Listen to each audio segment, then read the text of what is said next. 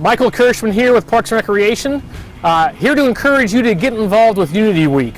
It's an amazing time of the year where we celebrate and encourage everybody to become involved in all of our activities, programs, and services, irregardless of your background, your abilities.